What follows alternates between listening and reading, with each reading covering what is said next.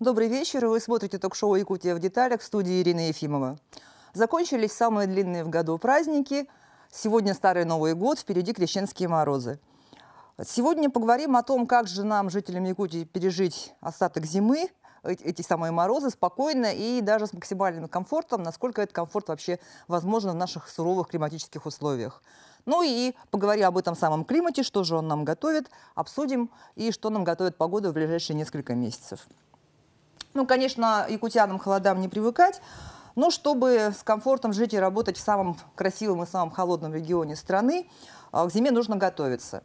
И если в центральной России сани готовят летом, как известно, то в Якутии сани готовят к следующей зиме, наверное, сразу, как закончилась предыдущая. Во всяком случае, это относится к коммунальщикам точно. Потому что как только заканчивается отопительный сезон, они сразу начинают подготовку к следующему отопительному сезону. И именно от работы жилищно-коммунального хозяйства зависит комфорт, собственно, и всех остальных жителей Якутии. Поэтому вот хочу начать с первого гостя. И, как вы знаете, у нас никто не застрахован, в общем-то, от сюрпризов, которые приносит нам погода, да? От холодов, которые у нас были в минус 50. И всем не могу не обойти вниманием случай в Жиганске, даже два случая, две аварийные ситуации произошло, да, 1 января в поселке Бестях, затем уже в самом райцентре. Ну, и это была колоссальная работа. Сразу вылетел министр ЖКХ лично туда, сразу были направлены там из Нюрбы, по-моему, помощь, еще откуда-то. Вот расскажите подробнее, как это было, как вообще справились. Ну, пользуясь случаем, я хочу, во-первых, это поблагодарить жителей всего Жиганского района за их терпение, за неудобства, принесенные ГУП ЖКХ. Но, к сожалению, такие случаи, как вы уже сказали, что не застрахованы и имеют место. Но это случилось, первая у нас авария в Бестяхе 1 числа. Ночью, в 5 утра. Ну, все мы в Новый год вошли, собственно, с этой новостью. Об этом понимают, знают, что 1 числа. Да, к сожалению, у нас есть такие вещи, что еще на данный момент деревянные котельные.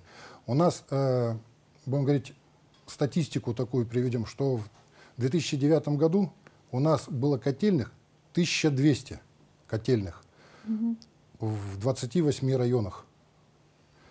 Сейчас на данный момент у нас 638 котельных. Есть аварийные, список аварийных котельных, которые еще мы не успели, будем говорить, убрать, ликвидировать, оптимизировать или перестроить. Это 109 котельных. Из них еще 50 котельных. Это деревянные. Это не то, что там все у нас сплошные деревянные. Есть с деревянным каркасом, брусовые, панельные. Ну, разные специфики строительства. И именно такая котельная и сгорела, да, в Бестяхе? Да, именно котельная такая сгорела. В этом самом поселке, да, в селе, уже в 24-м и в 23-м году, а в 23-м году началось строительство, в 24-м 90% сделанная стоит котельная. Новая? Которая должна была в 25-м году запуститься. Уже по плану. У нее 95% уже готовности. Сразу с подключением частного сектора. Вот, ну, такая ситуация прошла. Сейчас на данный момент выехала туда комиссия. Она будет работать сразу в Бестяхе и в самом Жиганске. Уже это будем как раз сказать расследование всех этих причин. Причин возгорания этой котельной. То есть сгорела аварийная котельная, аварийная котельная, которой уже есть замена, которая практически была объектовая. Сначала вот СМИ давали, что там столько-столько населения, там 170 человек, да, 150 человек. Нет, она была объектовая, к школе относилась, и подключено 4 дома частных и 1 четырехквартирка. Но здесь оперативно было принято решение. Ну и в школе, слава богу, никого не было, потому что каникулы. Да, конечно, это были каникулы, слава богу, это все. Было принято оперативное решение вывести и переключить на электроотопление.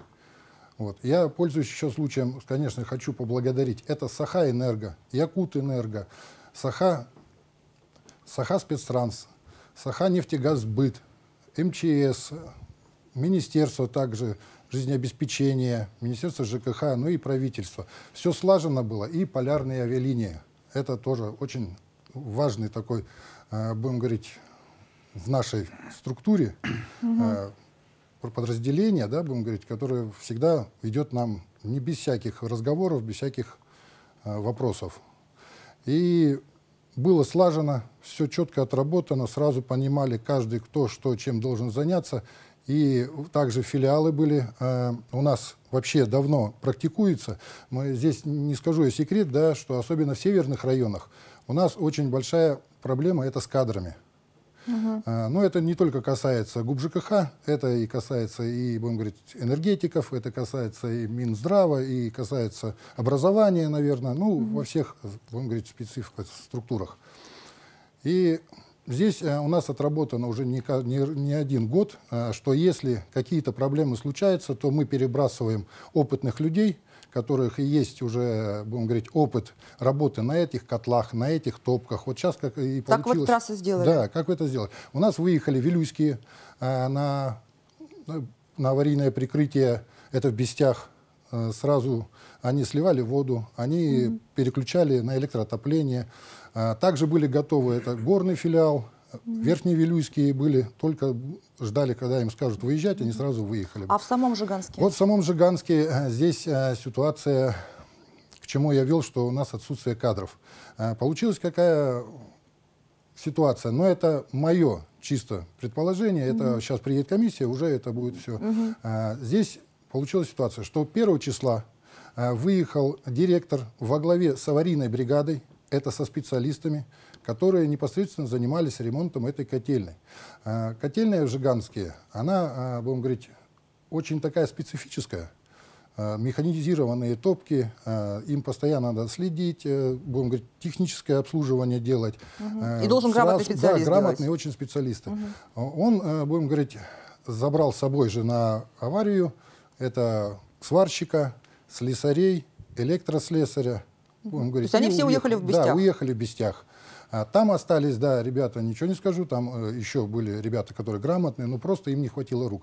Она, будем говорить, как есть, да, протыкаешь одно колесо, через какую-то дорогу, в какое-то время второе летит. Так же и там получилось. Вышел сначала один котел, пока они им занимались, в это время остановился второй котел.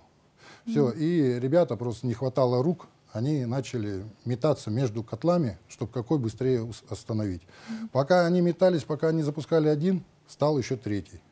И здесь было оперативное решение, что надо будет направлять туда с Нюрбинского филиала ребят, которые очень опытные. Да, они приехали, прилетели они ночью. Сразу в течение суток они восстановили 2 котла. И где-то через 1,5 суток, ну, двое, да, мы вышли на режим тепловой.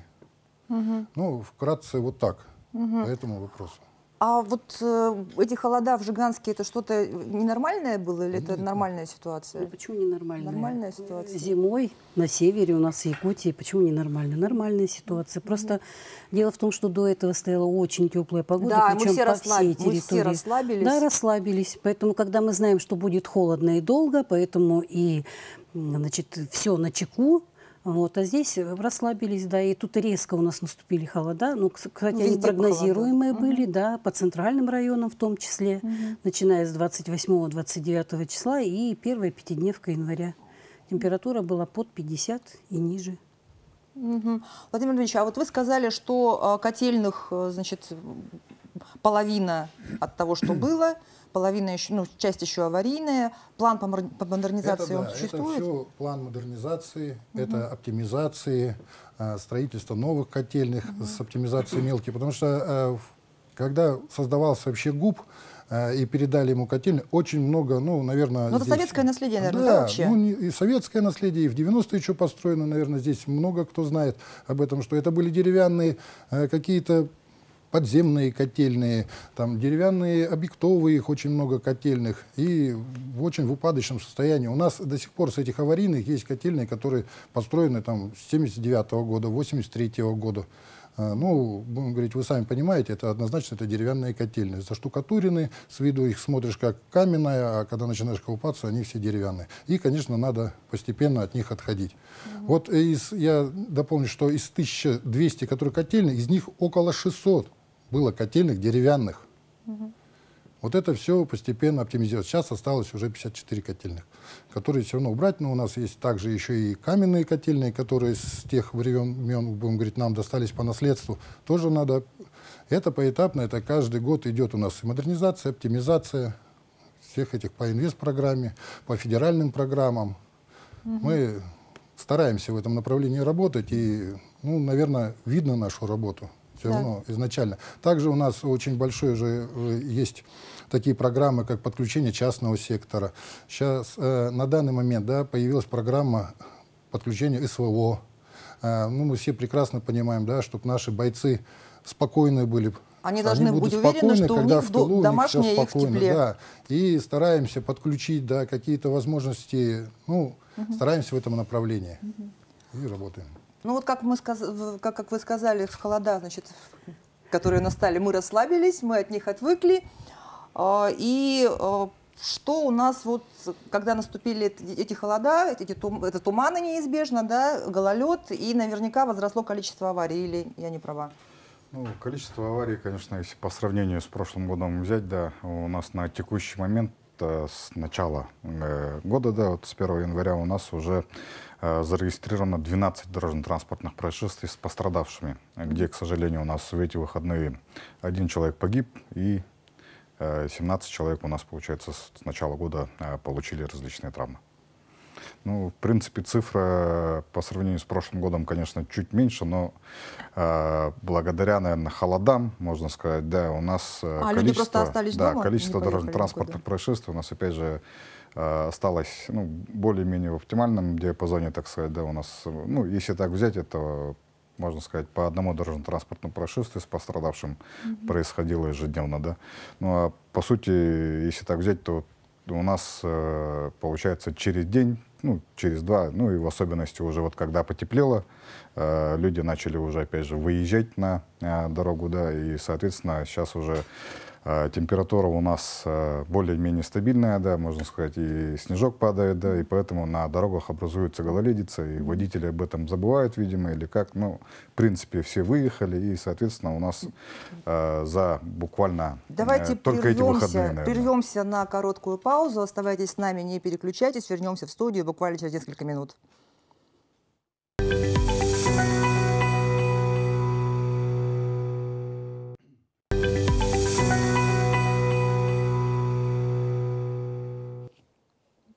Это программа «Якутия в деталях». Мы разговариваем о том, как же нам пережить якутскую зиму. И перед тем, как уйти на рекламу, начали обсуждать проблему аварий, ДТП на дорогах.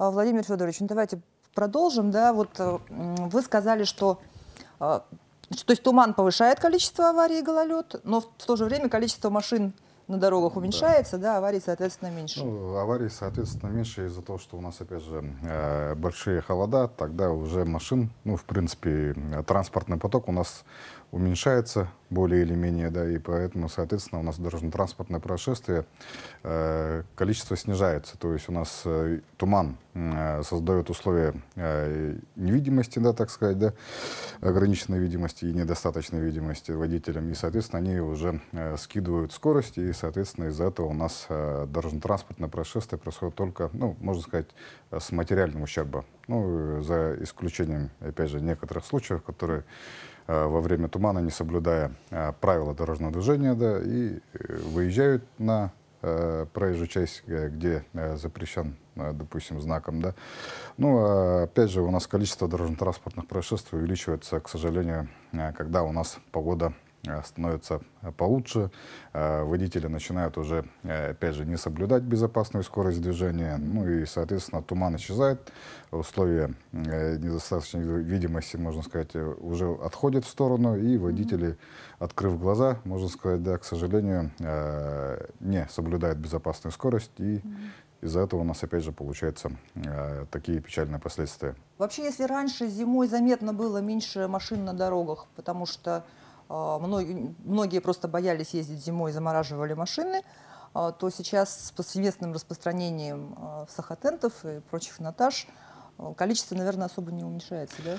Да, у нас, ну, если так смотреть, да, что было лет 5 тому назад, да, вот когда данных одеял, можно сказать, не было, там уже количество транспортных средств в разы уменьшалось. То есть в зимний период времени у нас не только в 2 раза, а, можно сказать, практически в 3 раза уменьшался поток движения транспортных средств. Сейчас уже нет Сейчас такого. уже такого в принципе практически не наблюдается, даже уменьшения в 2 раза, можно сказать, практически нету. Ну, есть, конечно, люди, которые, опять же, в зимний период замораживают свои транспортные средства, но, опять же, большинство людей уже пользуются данными приспособлениями и также двигаются на территории города. Ну, и, в А принципе, что делать республики. пешеходу? Вот как нужно одеваться, чтобы наверняка заметили?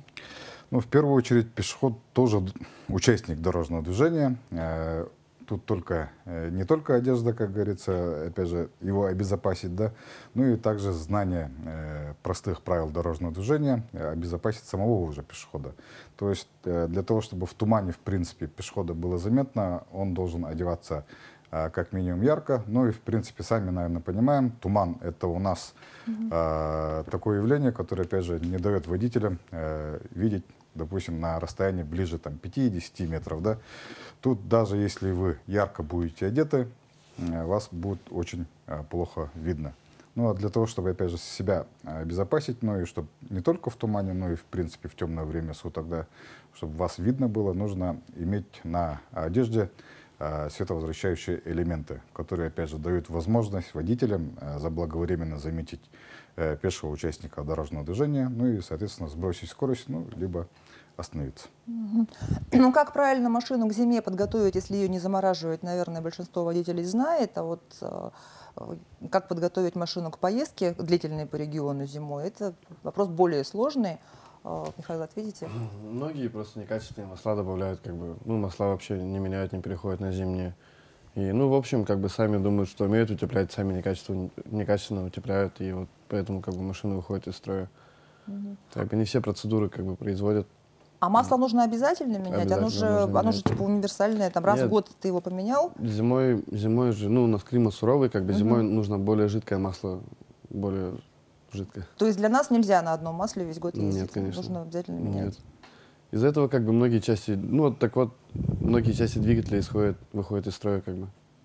Когда вот, если масло не менять, допустим, Это вот я масло не меняю. Какие еще бывают ошибки в утеплении? аккумуляторы надо проверять, как бы, перед зимой, все технические жидкости менять, как бы.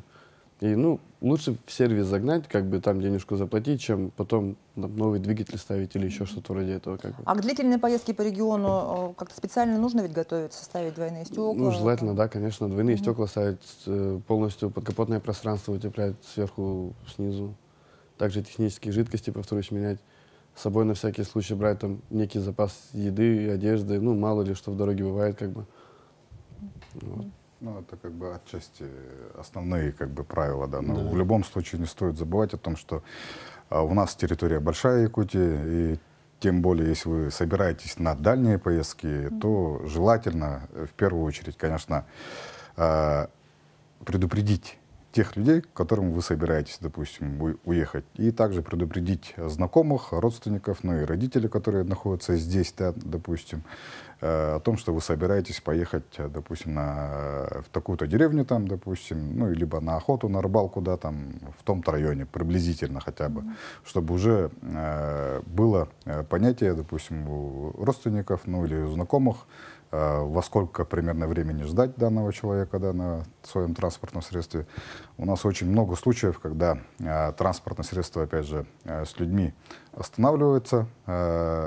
Допустим, у нас был случай, наверное, помните, когда молодые люди, к сожалению, замерзли в своем транспортном средстве, заехав, опять же, не на ту дорогу и, соответственно, не предупредив своих родственников, знакомых, ну и также людей, к которым они собирались. Да, и про них и забыли, и, соответственно, у нас получилась вот такая трагедия, да. Поэтому, опять же, надо позаботиться о техническом состоянии своего транспортного средства, да, то есть одежда, еда, ну и также запас топлива, ну и, соответственно, опять же, теплая одежда, ну и предупреждение как минимум родственников, знакомых, ну и тех людей, к которым вы собираетесь. Вы хотели добавить что-то? Нет, я просто говорю, что не предупредили вовремя, да, и не ждут, и поэтому не забеспокоились вовремя. А так бы, может быть, если бы Да, знали, так что бы, выехали. конечно, Да. Немножко не по той дороге их искали, Да. только, получается, Их по другой ис- дороге. Их начали искать Они только по старой дороге наверное, на ехали. третий или на четвертый день, и то их искали уже по той трассе, где в принципе люди ездят. А они отъехали, получается, на другую дорогу, и, соответственно, они уже там и остались. Там просто поток транспорта, можно сказать, нулевой. И, соответственно, Ну, то есть этой некому даже дорогой, в помочь принципе, было. никто не пользовался. Понятно. Ну, Поэтому- если возвращаться к ДТП, вообще самые, к сожалению, такие ДТП, которые вот с количеством жертв больших, серьезные, они случаются в основном вот не в пределах города, а на трассах. Ну, к сожалению, да, можно сказать, сказать, да, просто то, что у нас серьезное дорожно-транспортное происшествие происходит из-за того, что скорость транспортного средства, да, она большая, в принципе, на трассе. Даже, ну, если так взять, в принципе, в городе у нас также происходили такие же подобные дорожно-транспортные происшествия, да, с тяжелыми последствиями. Но в основном, как полагается, на трассе у нас скорость большая и, соответственно, вероятности больше. Водитель может потерять управление, либо, опять же, даже если он не нарушает правила дорожного движения, то второй участник может выехать, опять же, на полосу встречного движения, и, соответственно, произойти такая трагедия. Поэтому нужно быть всегда внимательными, да, ну, не только в городе, но и в особенности на трассе, особенности в зимний период времени, да, когда у нас есть и ограничение видимости, и есть недостаточная видимость. То есть ограничение это у нас обусловлено рельефом дороги, да, можно сказать, горки, повороты крутые, да, там может что-то, строение какое-то стоит. А недостаточная видимость это уже у нас из-за погоды. То есть снег, дождь, туман. И, соответственно, у нас в зимний период, к сожалению, это загазованность. То есть после больших транспортных средств, в особенности грузовых, да, у нас остается большой шлейф задымленности. Ну и автобусом так и не решили же выводить вот эту вот трубу выхлопную наверх, Ну, как в Южной Якутии. Раньше был опыт, можно сказать, да, который у нас, опять же, проводили, но сейчас, к сожалению, общие правила. общие правила как бы не учитывающие позволяют. Да, это, опять же, изменение в конструкцию транспортного средства. Это уже нужно вопрос поднимать на уровне изготовителя, то есть завода-изготовителя, который, опять же, с учетом нашего климатических условий, можно сказать, да, именно, ну, как сказать, не изобрел, а переделали, можно сказать, выхлопную систему, усовершенствовали, чтобы была возможность ездить уже в наших условиях, допустим. Поэтому... Я хочу от автомобилей перейти к самолетам, потому что Владимир Рудольфович, я знаю, еще и сам летчик, возглавлял раньше, значит, заместителем директора был в авиакомпании «Якутия» именно по летной части, как называется? Управление безопасности полетов. Да, и сам летчик, вот особенности, ну, есть же особенности, кроме тумана, ну, и в туман как тоже наши летчики вообще летают. Касается подготовки воздушных судов в плане поддержания исправного технического состояния в экстремальных температурах. У нас есть статистика неисправностей во время эксплуатации, которые происходили при низких температурах. И инженерно-авиационная служба при подготовке воздушных судов при низких температурах обращает особое внимание на эти системы самолетов. Что касается летного состава, летный состав проходит круглогодичную подготовку, тренажерную, на базе учебных центров Российской Федерации по определенным программам, именно для условий полетов в условиях низкой видимости. Ну, температуру, извините, мы оттренировать нельзя. Но температура, она примерно за бортом всегда такая же, как у нас зимой. Ну да, можно сказать так. Когда летишь, говорят, за бортом минус 50. Думаешь, ну нормально, Да, как бывает в Якутске зимой. на моей памяти до минус 73 точно попадалось. А есть такие, ну, не знаю, байки, не байки, легенды, говорят, что вот якутские пилоты именно, они как раз ценны тем, что они умеют пилотировать в туман. И вот эти навыки... Отчасти соглашусь. Только у наших. Да, но дело в том, что наши местные пилоты знают именно особенности, метеорологические особенности аэропорта Якутск, а также региональных аэропортов, в отличие от пилотов центральных компаний, потому что все-таки пилоты центральных компаний, у них область полетов она гораздо шире, и запомнить особенности каждого аэропорта в принципе невозможно. При этом в зимний период, именно в особенности низких видимостей, ну, в основном из своей практики скажу, что в основном смотрим на ветер. Откуда идет тяга в сторону полосы, если я знаю, что со стороны ГРЭСа, либо со стороны Мархи, причем со стороны Мархи это буквально в ближайшее десятилетие, когда построили Саттал. Если ветер дует с тех сторон, значит я знаю, что видимость будет плохая. Но при этом есть и определенные хитрости, ну в принципе не широко известны, это желательно прилетать в темное время суток. Поэтому я призываю всех пассажиров нашей авиакомпании и других, да, не опаздывайте, пожалуйста, на рейсы, потому что это все-таки связано и с регулярностью тоже. Сейчас мы прервемся на короткую рекламу. Не переключайтесь, оставайтесь с нами. Вернемся в студию через пару минут.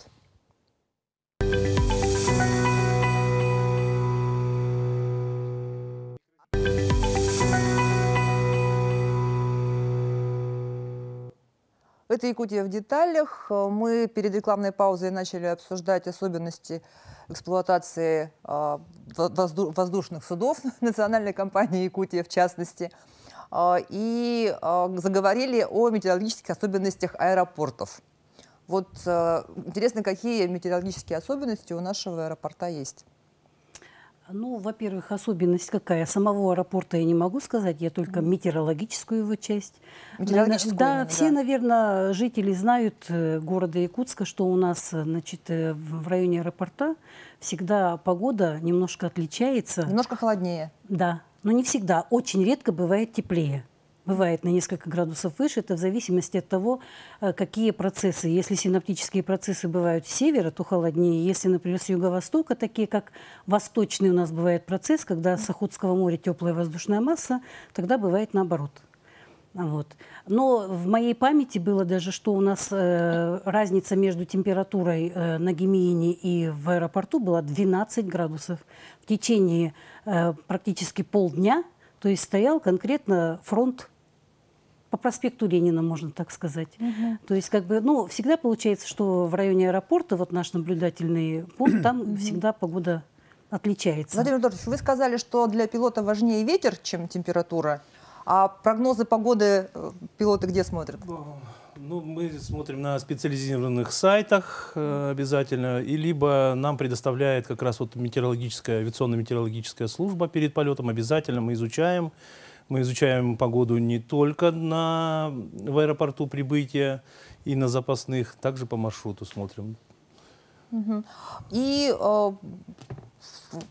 президент нашей страны Владимир Владимирович Путин сообщил недавно о том, что будет обеспечена 50% скидка на авиабилеты детям с 1 января уже. Сейчас можно их приобрести? Да, как? Значит, 28 числа было у нас ВКС Росавиации, где нам объявили о том, что мы с 1 января должны открыть продажу для детей от 2 до 12 лет на все направления внутри России. Мы продажу сразу ввели с 1 числа, при этом документ, вернее, постановление, распоряжение президента России было от 9 февраля начать продажу со скидкой 50%. Но авиакомпания «Якутия», мы можем похвастаться, что мы одни из первых ввели с 1 января продажу для детей. То есть уже можно купить? Да, да. При этом данный вопрос стоит на контроле у Росавиации. Мы отчитываемся с очень большой периодичностью о продажах вот таких субсидированных билетов. Ну, это хорошо забытое старое, да? Возвращаемся. То есть раньше всегда такое было. Продавали билеты. Были в советское время, это было, да. Потом оно постепенно сошло на нет, и наконец-то мы к нему вернулись. Да. Ну что ж, а что нас ждет вообще, что у нас с климатом происходит, Михаил Николаевич? Мы с вами разговаривали как-то, и вы говорили о том, что нас ждет новый ледниковый период, если я не ошибаюсь. Вот сейчас вообще что происходит? Потепление или вот эти морозы 50-градусные, которых давно не было, это начало ледникового периода? Что у нас с климатом? Про климат лучше скажут климатологи. Я могу сказать совершенно адекватно про мерзлоту, что с ней происходит. С климатом мы сами все ощущаем. Тут мы можем говорить, можем думать о длиннопериодных, о короткопериодных колебаниях. Но последние 50 лет мы с вами чувствуем, что среднегодовая температура в городе Якутске, она повысилась почти на 3,5 градуса. И как это отразилось на вечной мерзлоте? Как это отражается? Любая природная среда, любая система реагирует на то, что происходит вокруг. То же самое происходит с мерзлыми толщами. То есть что такое мерзлота? Мерзлота, и как мы ее понимаем, там, мерзлотоведы, это грунты, в которых содержится водичка в твердом состоянии. То есть в зависимости от того, сколько там находилось воды при замерзании, у нас с вами этот грунт может или увеличиваться в объеме из законов физики, или сокращаться. Вот это вся проблема, очень простая проблема, которая происходит с устойчивостью автомобильных дорог, с устойчивостью инженерных сооружений. И в отличие от климатических условий, которые могут резко меняться, мерзлота не меняется резко. И зависит только от одного, насколько мы серьезно к этому будем подходить. Если мы контролируем эту ситуацию, никаких трагедий у нас с вами в Якутске не случится. Если мы это бросим и будем ждать, что нас не трогает, а когда у нас появится деформация уже, вот у нас есть, допустим, совершенно изумительные моменты, в кавычках изумительные и сложные геокриологические условия, как мы говорим, это вот Амгина, Чурапчинская часть вот нашего района и северная часть Колымской низменности, где в мерзлых породах лед составляет до 80%. Представьте себе. Вот, конечно, изменения, если происходит изменение и протаивание в настоящее время, то у нас происходят деформации, как все говорят, там, деградация мерзлоты. Да, происходят процессы, но эти процессы длительные, еще раз говорю, ими можно управлять, если мы захотим это сделать. А как ими управлять, если они тают от того, что лето становится жарче? Ну, у нас великие инженеры, великие люди, они придумали столько всяких охлаждающих систем, а потом у нас есть такой момент, как холодный ресурс. Холод — это ресурс, его можно сохранять, понимаете? И вот то, что у нас с вами построены проветриваемые подполья в городе Якутске, они нормально в последние годы эксплуатируются, это позволяет просто, вот в естественных условиях температура на 2 градуса ниже, чем под хорошими проветриваемыми подпольями. То есть если мы следим за проветриваемым подпольем, не льем туда водички, не запечатываем все это снегом, то у нас с вами есть вот такой определенный запас. Если мы контролируем температурный и влажностный режим в грунтах под нашими инженерными сооружениями, это следующий этап. Мы слишком много говорим о создании мониторинга, геотехнического мониторинга. Но мониторинги всегда начинают создавать не с понимания физики, а с момента, что мы должны что-то сделать и сказать, что мы сделали мониторинг. Чего наблюдать дальше? Это второй вопрос. Вот в настоящее время сейчас совершенно стоит задача. Мы с вами живем в Якутии, в комфортных условиях по всей этой деградационным моментам, как их сейчас называют. Западная Сибирь, она живет только на охлаждающих системах. Если дальше будут продолжаться такие потепления, то и мы с вами к этому тихонечко будем подходить, и нам к этому нужно быть готовы. Я еще раз говорю, есть инженерные системы, способные грунты поддерживать в мерзлом состоянии. Нам нужно знать, где, как и когда это делать. Ну, наверное, одна из самых серьезных проблем, которая есть, кто будет за этим следить? То есть, кто будет финансировать? У нас вот в республике, вы знаете, что республика приняла первое во всем мире, я не побоюсь этого слова, закон о вечной мерзлоте. Да, он финансово где-то не обеспечен, и сейчас делается, я думаю, в 2025 году вступит закон Российской Федерации, который позволит найти те рычаги финансирования и возможности функционирования любых инженерных сооружений. Там иллюзии питать не надо, все равно в городе у нас будет этим заниматься муниципалитет, на автомобильных дорогах будут заниматься автомобилисты. Что и сейчас делают. Вот все деформации, которые происходят в сложных условиях, ну, сложных инженерно-геологических условиях на дорогах, это примерно, ну, я вот так скажу, 70% это как раз деформации, связанные с основанием автомобильных дорог. Вот с Росавтодором уже на протяжении двух лет, с Росавтодором, идут вот такие определенные проекты, они сейчас есть, создается сеть контрольная. Ну и вот о чем мы говорим, межлотоведы, что прежде чем строить дорогу, нужно видеть районирование. Потому что беда наших проектных решений только одно. Если мы приняли проектное решение, вот его на протяжении 30-50 километров по такому проекту строят, а грунтовые условия меняются значительно чаще. И вот те великое новшество проведения тендеров, в котором критерий 80% является цена, он нам выскочит в ближайшее время очень сильно, если мы не научимся понимать профессиональные моменты, которые, к сожалению, начинают исключать. И еще раз говорю, что один критерий выигрыши всех тендеров, кто это будет делать, это меньшая цена. Это неправильно. Ну, об этом давно... Бояться того, что идут изменения климата, не надо. Да мы все время, все наше человечество жило в моменты, когда у нас, представьте, у нас 10-12 тысяч лет назад у нас температуры были ниже на 6-7 градусов, среднегодовые температуры. Были периоды, когда у нас полностью вот эта мерзлая толща, которая у нас в Якутске, которая составляет от 300 метров от долины Туймада до 400 метров вот на террасах, она полностью вся протаивала. Но это был очень длительный период. И мы с вами совершенно нормально будем жить, если будем правильно хозяйствовать. Татьяна Владимировна, что нам ждать от окончания зимы? Ну, у нас природа нам подарок преподнесла в виде такого теплого декабря. И вот, ну, немножко холодно было в новогодние праздники. И сейчас опять стоит теплая погода.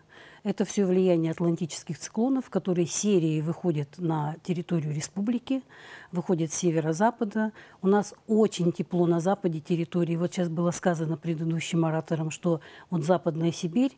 Вы знаете, вот сейчас буквально была новость, что в этом году, скорее всего, не замерзнет Байкал. Дело в том, что сегодня уже у нас какое число? 13-е, Байкал до сих пор не замерз. То есть вот эти теплые воздушные массы, они распространяются даже на нашу территорию. Вот. Значит, в ближайшее время у нас на несколько дней похолодает. Крещенские морозы? Ну, это не совсем крещенские морозы. Это вот сейчас среда, четверг будут самые как бы низкие температуры. Не самые, а вот здесь похолодает до 43-45. Ночная температура и дневная в пределах 38-41. Далее у нас будет опять отепляющее действие вот очередного вышедшего циклона с Атлантики.